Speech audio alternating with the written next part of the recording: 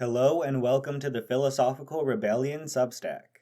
Today I'm going to talk about college protests throughout the United States regarding the Israel-Hamas war.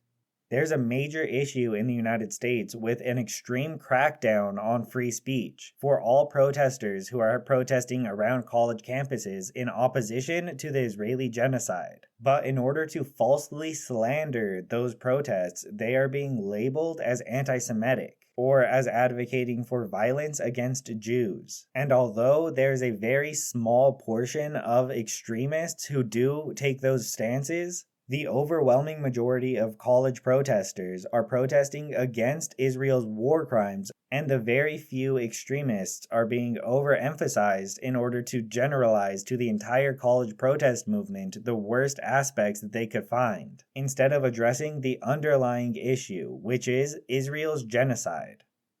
So if you are more upset over college protesters protesting an ongoing genocide than you are over that ongoing genocide, I think you should reassess your moral compass. And much of the right wing who have falsely professed that they are the defenders of free speech in America over the past few years have quickly become the staunchest advocates of censorship when it comes to criticism of the state of Israel. And over the past several decades, there has been no topic more heavily censored than criticism of the Israeli government. So if you are truly an advocate for free speech, then the Israeli-Hamas conflict is the best place to prove it.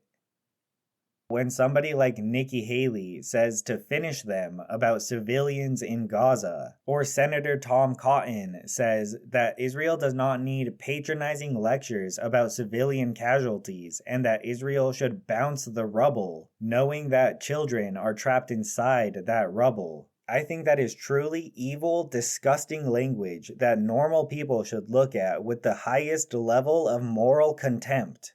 But their free speech rights should not be infringed. Instead, the free speech rights of people like myself who say war crimes are always wrong no matter who commits them, and no attacks on civilians are justified under any circumstances, should also not be infringed. Then, in a free marketplace of ideas, the best ideas will likely win over the larger portion of our population. But what has been happening right now, and the way it has gone for several decades, is that the free speech rights of people like Tom Cotton and Nikki Haley have been protected, whereas the free speech rights of people like myself have been heavily infringed.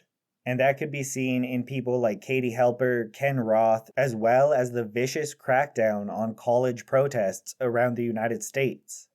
So right now, one of the biggest questions facing the United States is, should free speech be protected, or if people oppose Israel's war crimes, should their free speech be restricted?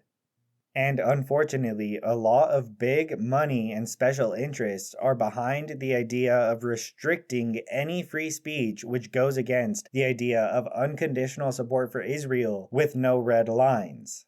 So I think we should protect free speech and uphold the free speech rights of all Americans, even when they use those free speech rights to oppose Israeli war crimes. The Israel lobby is working extremely hard to tell your political representatives to take your rights away from you if you do not support the Israeli government. So it is really important this election cycle for you to tell your political representatives that you demand that they respect free speech even when they use their free speech to oppose the United States unconditionally backing the Israeli government. Because American opposition to war crimes and crimes against humanity should be unconditional.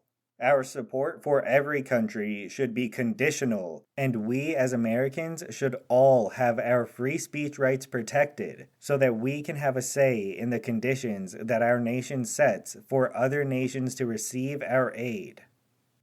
So I will end this podcast with a quote from John F. Kennedy, which I hope most of America can resonate with. "We are not afraid to entrust the American people with unpleasant facts, foreign ideas, alien philosophies, and competitive values. For a nation that is afraid to let its people judge the truth and falsehood in an open marketplace is a nation that is afraid of its people." And another quote from former Supreme Court Justice William O. Douglas.